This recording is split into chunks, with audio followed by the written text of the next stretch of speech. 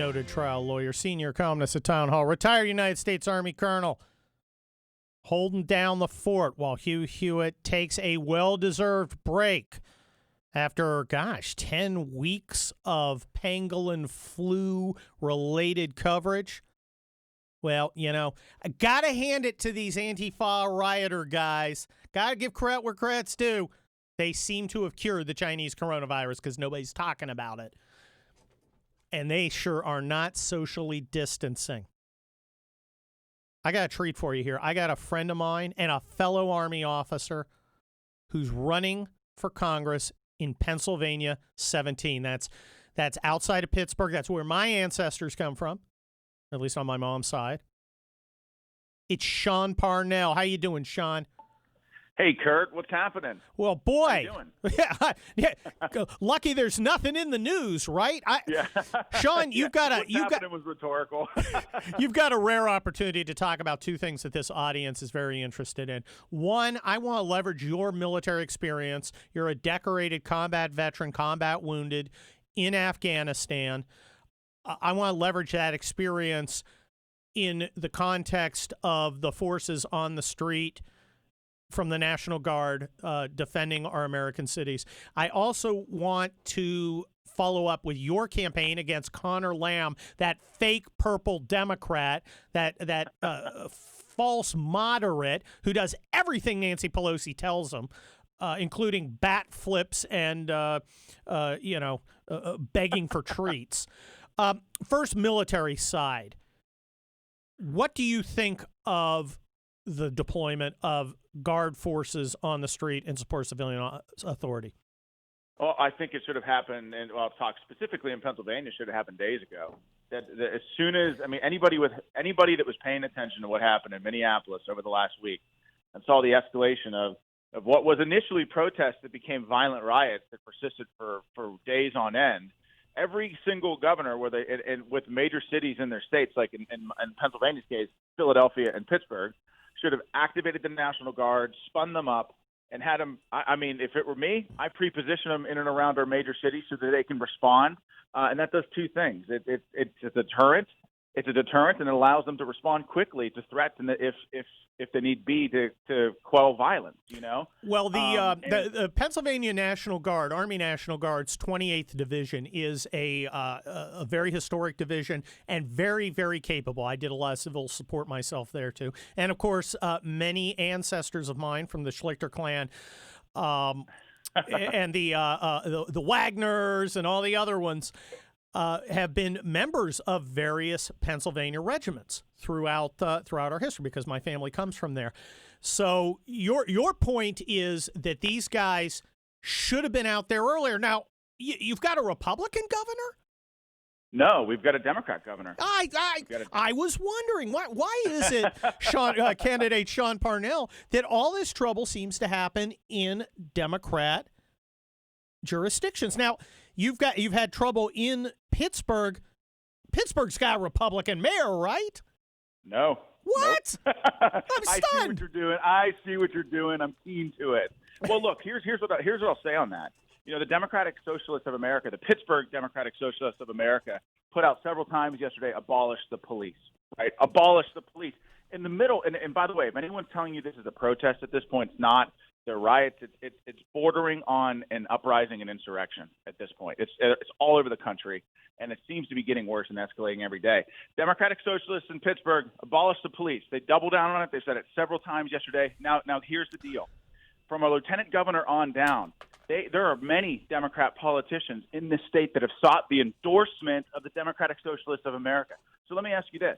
What? If you're going to be a lawmaker, yes, if you are going to be a lawmaker and you are writing laws and then you are seeking the endorsement of an organization that seeks to abolish the police, that the organization, the police that enforces those laws, how then are you qualified to be a lawmaker? Well, I would think that you probably are not. These guys are playing footsies with criminals. Now, let me ask you, Sean Parnell. It answers your question, though, Kurt, right?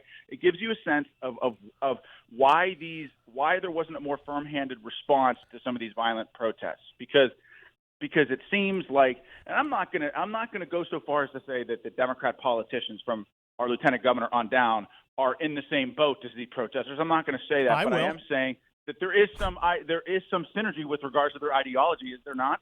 I think there is. Now, you are running again in the Pennsylvania 17th District. And before we go on, how can people help you? Oh, you can go to SeanForCongress.co. It's my website there. There's a place for you to donate or sign up and volunteer. Gives you all the information that you need on my race. Okay. And that's right near where Selena Zito's from, another big favorite of the Correct. show. Okay. Correct. She lives in Mount Lebanon, about 20 minutes south of me. Wow. I live in Ohio Township, just north of the city. But Pennsylvania 17 is the battleground district of 2020. Well, you're going up against Connor Lamb, who was a Marine JAG, and to the extent, I want to thank any JAG for his service, I'll thank him for his. That's a military joke, guys. We Sean and I were infantry. He's JAG. Got to knock him a little. But I assume that Connor Lamb has proudly stood up and repudiated these Democrats who've been playing footsie with the Antifa scumbags. Am I right, Sean Parnell? You are incorrect. What? You are wrong. In fact, as of yesterday, it was 24 hours yesterday, 48 hours today, he still hadn't opined about rioters setting ablaze. Wait, what? Pittsburgh. Yeah, he hasn't said a word. Wait a minute. Hold on. Are you telling me that Connor Lamb, alleged moderate, has not yet condemned the violence against regular citizens of his district and adjacent district? Now, seriously, no. I've been joking Correct. before. No, this is serious. No, I know. Look, I haven't checked his social media feeds this morning, but as of yesterday, all last night, he hadn't opined at all. And you want to know why? That's stunning. Connor Lamb was Team Biden from day one, endorsed him from day one, traveled out of state in the middle of the 2020 race to campaign for Joe Biden. And then we come to find out, as Minneapolis burned, that Joe Biden's campaign is paying the bail for these rioters. So now we see why he's been quiet on the subject. I said Connor Lamb is Team Biden, and Team Biden is Team Riot. And it's, to me, it's disgraceful, because as a military officer, you do the hard right. And sometimes that means challenging the power structures of your own party. Sometimes that means being an independent leader. Sometimes that means standing up for the people of your region. And as he has, I'm sorry, but he's failed he's been derelict in his duty here. I'm genuinely shocked that he hasn't even pretended, because this Pennsylvania 17 is a purple district. He was given a pass by Nancy Pelosi to not vote for her for majority leader, as I understand it. Is that correct? Correct. Okay, correct. So he poses as a moderate, yet he has yet to condemn his own party's complicity in this disgraceful violence. Yeah, look, Kurt, you're absolutely right, and I will say, wow. You say I say this is a Republican district. Donald Trump won this district in 2016. Pat Toomey, a Republican senator, also won this district in 2016. It's imminently winnable. It's an R+4, R+5. And Connor Lamb, even though he was given a pass on the ceremonial vote for Speaker and Pelosi, he since votes with her over 90% of the time. And if you don't want to use Pelosi as a comparison because she doesn't always vote on every piece of legislation, you can use like Ilhan Omar and AOC, where he's got shares 700 votes, and he votes with them over 90% of the time. That's so stunning. Tell me, can a moderate vote with the squad, AOC and Ilhan Omar, 90% of the time and still get to call himself a moderate? I say no. Wow, that is pretty remarkable. Now, the Hugh Hewitt radio audience, Sean Parnell, is very sophisticated about politics. It's not all about positions. A lot of it's about procedure. A lot of it's about infrastructure and logistics, which as an infantry guy, is just as important as tactics. We only have about 15 seconds. How are you doing in fundraising, and how can our audience help you? About 15 seconds. Well, please go to my website and adopt my district. Even if you don't live here, adopt my district. This is the district for 2020. It's the most expeditious way to get Donald Trump back to the White House. And right now, I'll tell you, we're beating my incumbent opponent. And I don't want to jinx myself, but we're beating him in fundraising, and we're going to keep up the fire until the end of the quarter, and we're going to do everything we can to outraise him. Holy cow! Sean Parnell for Congress.com. Go, if you are so moved, go support him. Especially if you're like me, I'm in Ted Lieu's district.